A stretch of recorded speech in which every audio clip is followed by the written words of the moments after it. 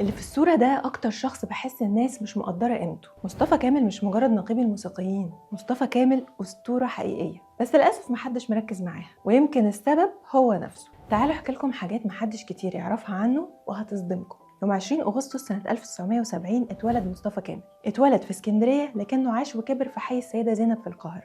رغم إن هو واخد شهادة بكالوريوس تجارة من جامعة عين شمس، إلا إنه اشتغل شاعر وملحن وكمان مطرب. بدأ مشواره الفني في أواخر الثمانينات من خلال إيه بقى؟ كتابة الأغاني. أيوة، مصطفى كامل شاعر غنائي أصلا، وكتب مجموعة كبيرة جدا من أجمل الأغاني اللي بنحبها وإنت ما تعرفش. عاتبك على الوداع ولا الخداع ولا الأسى. خلونا نبدأ بأول أغنية عملها في الثمانينات للفنان علاء عبد الخالق، وهي أغنية مرسال.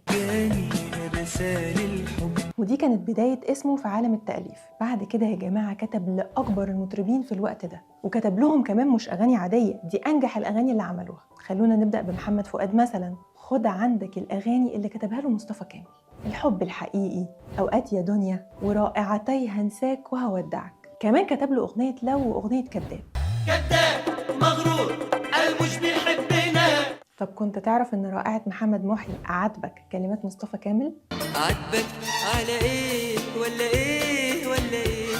أما بالنسبة لعمرو دياب فكتب له 3 أغاني، منهم الملاك البريء وما تفكرنيش. وأغنية الملاك البريء دي بقى كتبها له يوم فرحه، مش يوم فرح عمرو دياب، يوم فرح مصطفى كامل. الملاك البريء دي ليها قصة كبيرة بقى بحكيها لك يعني بعدين. في أحد البرامج قال مصطفى كامل إن عمرو دياب صديق عمره، وإنهم ما بيشتغلوش مع بعض كتير، بس هو من أعز الناس لقلبه. وكتب له أغنية ما تفكرنيش بالعمر اللي أنا ضيعته معاك، ووعدني إنك في بعدك هتفتكرني، وأغنية الملاك البريء. وصرح كمان إن هو شايف إن عمرو دياب هو أذكى مطربين جيله، وحكى إن أغنية الملاك البريء دي أصلا كانت أغنية لمحمد فؤاد. وبيقول إن مرة واحدة خطرت له أغنية وقت فرحه إن هو يعملها لمراته، وراح الاستوديو علشان يسجل، ولقى حميد الشاعري طالع له وقال له: هو أنت ليه ما عزمتش عمرو دياب على فرحك؟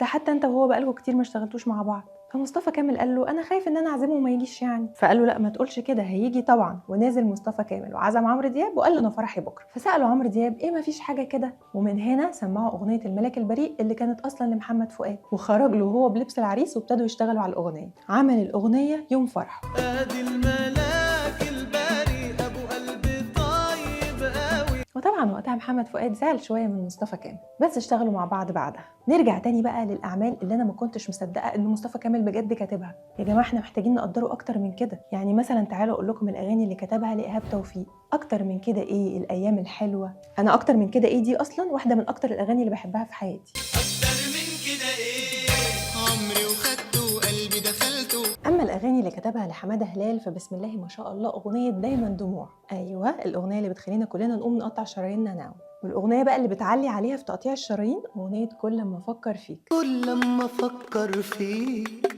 كل ما احن اليك. وكان لازم يختمها مع حماده هلال برائعه بخاف علشان يكمل كومبو تقطيع الشرايين ده. جماعه اغنيه بخاف دي وانا صغيره بجد كانت بتجيب لي تروما. طفله صغيره لسه مش فاهمه حاجه في الدنيا، كل ما بتسمع الاغنيه بتقعد تعيط. كلمات مصطفى كامل مع صوت حماده هلال اللي كله شجن كان بيخليني اعيط. كل ما اشوف عمري يجري بيا.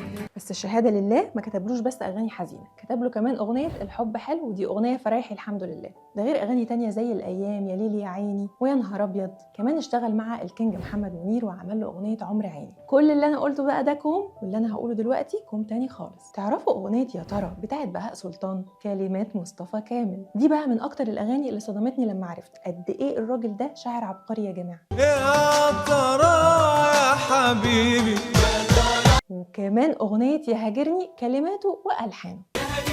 طالت مواعيدك وانا روحي في ايدك. لا الموضوع ما وقفش لحد هنا، عندنا اغنيه 3 دقايق واحلف وقال لي. ده غير اغاني زي هتندموا واهل الهوى، وكلهم بجد من اجمل اغاني بهاء سلطان اللي ما يتكرروش. اما هاني شاكر فكان له نصيب الاسد من كلمات مصطفى كامل. يكفي مثلا رائعه سالتك انت مين. طب تعرفوا الاغنيه الجايه دي؟ يا ريتني قابلتك قبل ما اقابل حد. الأغنية دي بقى كلمات مصطفى كامل وكمان ألحان. عظمة والله عظمة. كمان في أغنية الحلم الجميل واتكلم معقول. ومن المفاجآت القوية بالنسبة لي كانت إنه تعاون مع هيفاء وهبي في أغنية بابا فين، كلماته وكمان ألحانه. وأتذكر إن الأغنية دي لما اتعملت كان فيها جملة طب فين دبدوبي والقرد النوبي، وأهلنا في النوبة في مصر زعلوا جدا من الجملة دي، وبعد كده اتقصت من الأغنية. ما اظنش ان انتوا لو دورتوا على الفيرجن اللي فيها الجمله دي دلوقتي ممكن تلاقوها. حصل غضب كبير جدا على مصطفى كامل وقتها، وقال ان هو بيهين اهل النوبه. هو طبعا اكيد ما كانش يقصد، بس القافيه هي اللي حكمت.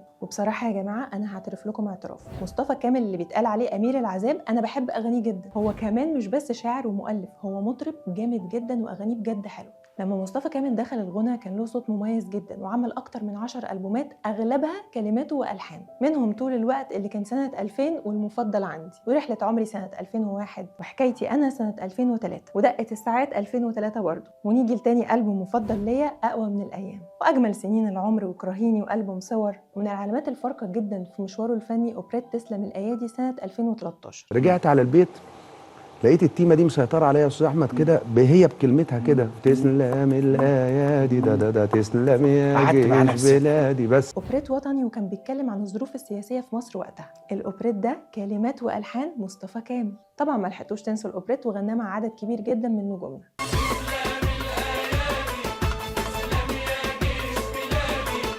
والحقيقه ان الاوبريت ده لحد النهارده لسه ناجح ولسه بيكسر الدنيا. مصطفى كامل كان له تجربه في التمثيل في فيلم قشطه يابا. الفيلم ده كان سنه 2004 مع جيهان فاضل. الحقيقه هو الفيلم ما نجحش قوي، ومصطفى ما كانش ناجح في التمثيل، بس مش مهم، هو مش هياخد كل حاجه برضه. مؤلف جامد ومطرب صوته حلو جدا وملحن عبقري، لا كده هيبقى كتير بصراحه. فقشطه يابا كانت اول واخر تجربه سينمائيه ليه، وبستغرب جدا لما حد يتكلم عن مصطفى كامل وما يفتكرلوش اي حاجه غير اغنيه قشطه يابا.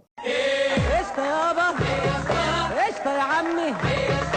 اي نعم هي كانت ركيكه شويه، بس ازاي تنسوا كل الحاجات اللي انا عماله بحكي فيها دي وتمسكوا في الاغنيه دي؟ بس خلوني اقول لكم يا جماعه ان انا بحس ان مصطفى كامل مش واخد الايمج بتاعته بسببه هو شخصيا. يعني هو ما بيتكلمش عن نفسه كتير، وما بيتكلمش عن اعماله، ومش عامل لنفسه ايمج كده. لو حد تاني مثلا بدون ذكر اسماء كلنا عارفينه كان طلع كل يوم قال انا اللي عملت الاغنيه دي وعملت المطرب الفلاني، فما بالكم بقى باللي عمله مصطفى كامل. بحس ان هو اللي مش راسم صورته كويس. ويمكن الناس بتسمع عن المشاكل والخلافات كنقيب الموسيقيين في مصر اكتر ما بتسمع عن اعماله. اكيد دي مش مشكلته لوحده، لكن العاتق الاكبر بيقع على مصطفى كامل طبعا. واخر حاجه هتسمعها عن مصطفى كامل واثاره الجدل اليومين دول هو الزعل بتاعه ما بين انغام. كلنا عارفين ان انغام دلوقتي عامله عمليه وتعبانه، وبقالها فتره في المانيا بتتعالج بسبب مشكله في البنكرياس، وتم ازاله كيس على البنكرياس، ويقال ان هم شالوا كمان جزء منه. ناس كتير حاولت تتواصل مع انغام وما كانوش بيعرفوا يوصلوا لها، بس اللي وصل لها كان الاعلامي محمود سعد، وحكى لنا اكتر من مره عن ظروفها الصحيه. مصطفى كامل طلع في احد اللقاءات وقال انا حاولت اتواصل مع انغام بس ما ردتش عليا.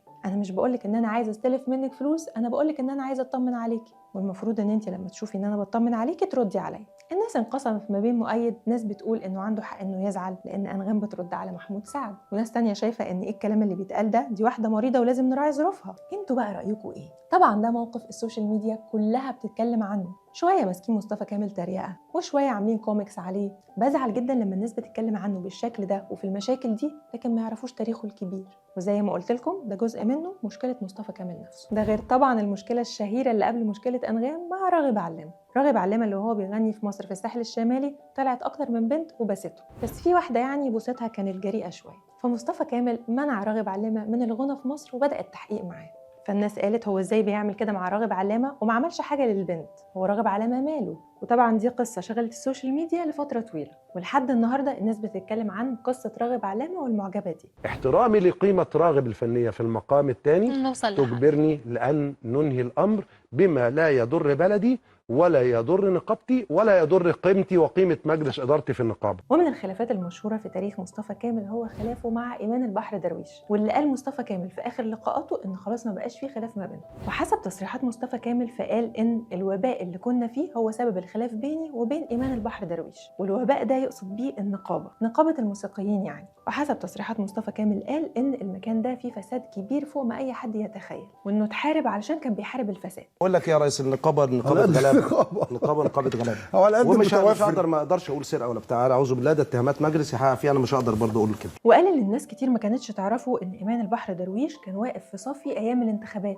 لان احنا ايقنا ان احنا نجوم كبار جدا ولعبوا بينا شويه عيال صغير. وسنه 2021 حكى الفنان ايمان البحر درويش على شاشه برنامج العرافه وقال هاني شاكر ومصطفى كامل اساءوا ليا، وقالوا ان انا اخدت 15,000 جنيه من فلوس اليتامى، ونيابه الاموال العامه برأتني والحمد لله. لا دي الدنيا كلها شافت مدى اساءتهم ليا.